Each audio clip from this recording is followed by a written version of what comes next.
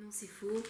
Le délai d'admission n'était que de quelques jours. Il est d'autant plus court que le dossier est bien renseigné et que la situation répond aux critères d'admission.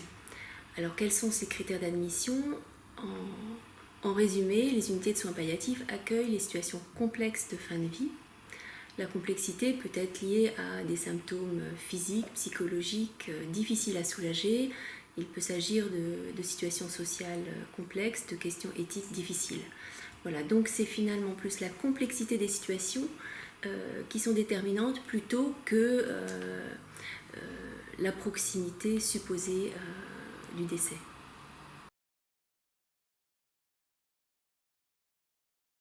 Alors, qui remplit le dossier ? Un médecin. Ça peut être le médecin traitant, le médecin hospitalier référent, un médecin d'une équipe mobile de soins palliatifs ou d'un réseau de soins palliatifs. Un médecin en tous les cas qui connaît bien la situation, qui peut la décrire fidèlement et qui peut également préciser les besoins en soulagement de son patient. Le dossier, vous le trouvez sur ce site. C'est un dossier commun à toutes les unités de soins palliatifs en Île-de-France et il doit être faxé au secrétariat des admissions. Oui, c'est vrai, on peut vouloir rester chez soi le plus longtemps possible.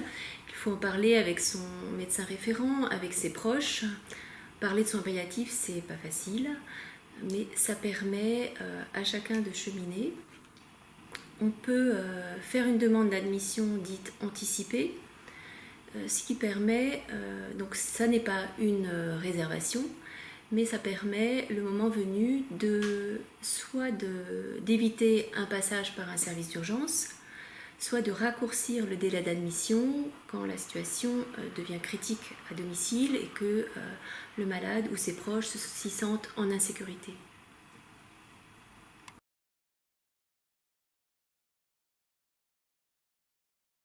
Alors, la maison médicale est un hôpital, c'est un établissement privé mais à but non lucratif qui participe au service public et pour le malade, le coût n'est pas différent de celui de l'hôpital public.